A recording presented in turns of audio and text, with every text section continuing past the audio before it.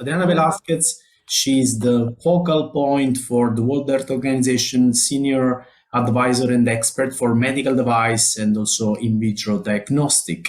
She has been leading several activities in the WHO in the area of medical device after establishing in Mexico the National Center for Health Technology Excellence to Cenetech in 21.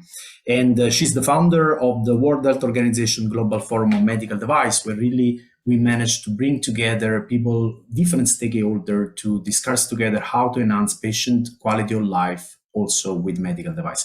Adriana, the floor is yours. Thank you for joining. Thank you very much, Leandro. I don't know if you can see my screen. Yes, we can. Perfect. Thank you very much. First of all, thank you very much for inviting me to this session. As referred before, yes, this is not the first time that I participate in these EPIC sessions, and so thank you for the invitation. My presentation leads on the global crisis, preparedness for, and the role of biomedical engineering. So I'll just keep it very short, but it is about the link between biomedical engineers and medical devices, our roles in peace times and our roles in global crises, and which are our main challenges. As you all know, we really need medical devices. Everyone, everywhere needs medical devices for protection, diagnostic, treatment, monitoring, rehabilitation, and so on. But we need to ensure that they are safe, good quality, affordable, available, accessible, and acceptable.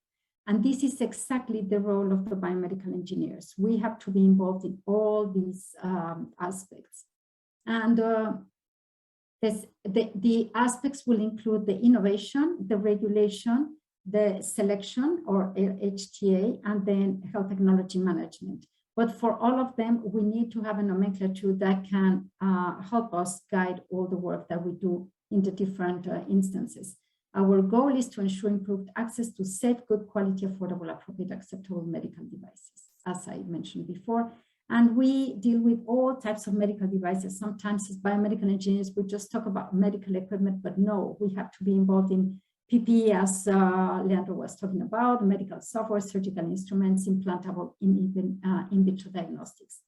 WHO has 3 billion targets, and we were working for universal health coverage when all of a sudden COVID struck, and then we were now working on the 1 billion to get people more protected. So then we needed PPE, we needed the diagnostics, we needed all the equipment that we need in intensive care units to test, treat patients, and protect healthcare workers. We did this like in a super fast time. It was 100 technical specifications and the list for medical devices. We need priority medical devices for COVID-19 under technical specifications, like maybe 6 months. So it was like a record time, and the book was published, and it links to all the interventions and all the technical specifications. Along with our colleagues from IPC and personal protective equipment, we developed this new publication that was also in a record time, and that was helped by our technical advisory group that was developed also in record time, and we developed these ones in November. So all of these books, and they have all the listings, they were added to other existing documents that we had in WHO for HTA regulations, equipment and management, etc. So now they are part of the technical series. We also use these specifications to be able to do the supply portal that was WHO procuring for 170 member states, all kinds of medical devices and PPE and diagnostics.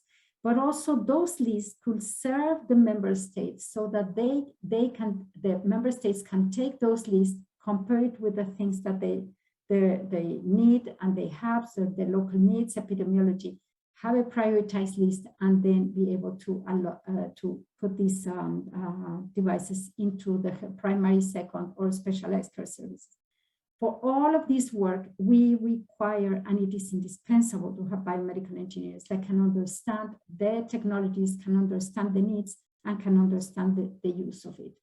We also launched the Compendium of Innovative Technologies that was urgent to be made to find more technologies that would be to help address COVID issues. So that includes the revision of the technology, how much it was needed, the regulatory, the health technology assessment, the market, the intellectual property, the affordability. And then this was published also in record time last year. And then we are republishing the second version of this in a few months. And we took from some of these technologies and we're inviting them to join the technology access pool to see if there could be the possibility that some of these technologies could be locally produced in some countries. And for that, we're also requesting biomedical engineering experts to help us. But the big challenge that we have, and we're also asking biomedical engineers, and we're asking all of you to please help us, is that the world does not have an international standardized nomenclature. We already did a pilot project last year. We're considering information from Europe, information from the US, information, we did a mapping. We have different tools in WHO like MEDEVIS, that's the Medical Device Information System, and the ICD, and we are trying to put the codes in there. Why is this important? Because you remember I told you this was the backbone, so the nomenclature can help us procure, can help the supply, can help the regulation, can help the assessment. So we are taking information from the EUDAMED, from the European database, and also the FDA to try to do this kind of harmonization. But the idea is to take this information from these public systems and then add them into WHO, into the MEDEVIS, UHCC, Universal Health Coverage Compendium, and have digital interoperability so that then countries can use it. But this is our main challenge, and this is being discussed in the World Health Assembly, in the Executive Board, and will be discussed by member states this Thursday, and then back in May in the Assembly. So this is really our highest priority now, that will allow that anything that we have on the books, on publications, or in the platforms can have a code and a link that we could all use together towards inputting information from the books or from any other sources to make sure that we have a good advance. And in conclusion, biomedical engineers need to be part and member of the health workforce. We need the technical knowledge, the passion, transparency in our work, and work together with many other healthcare workers. With that, I finish. Thank you very much. Thank you, Adriana. Thank you very much. First of all, to accept this invitation. We know how busy you are, especially during this emergency, and your talks are really inspiring for our community, and I think also relevant message for our hosts at the European Parliament and to the European Commission. Thank you, Adriana, very much for that.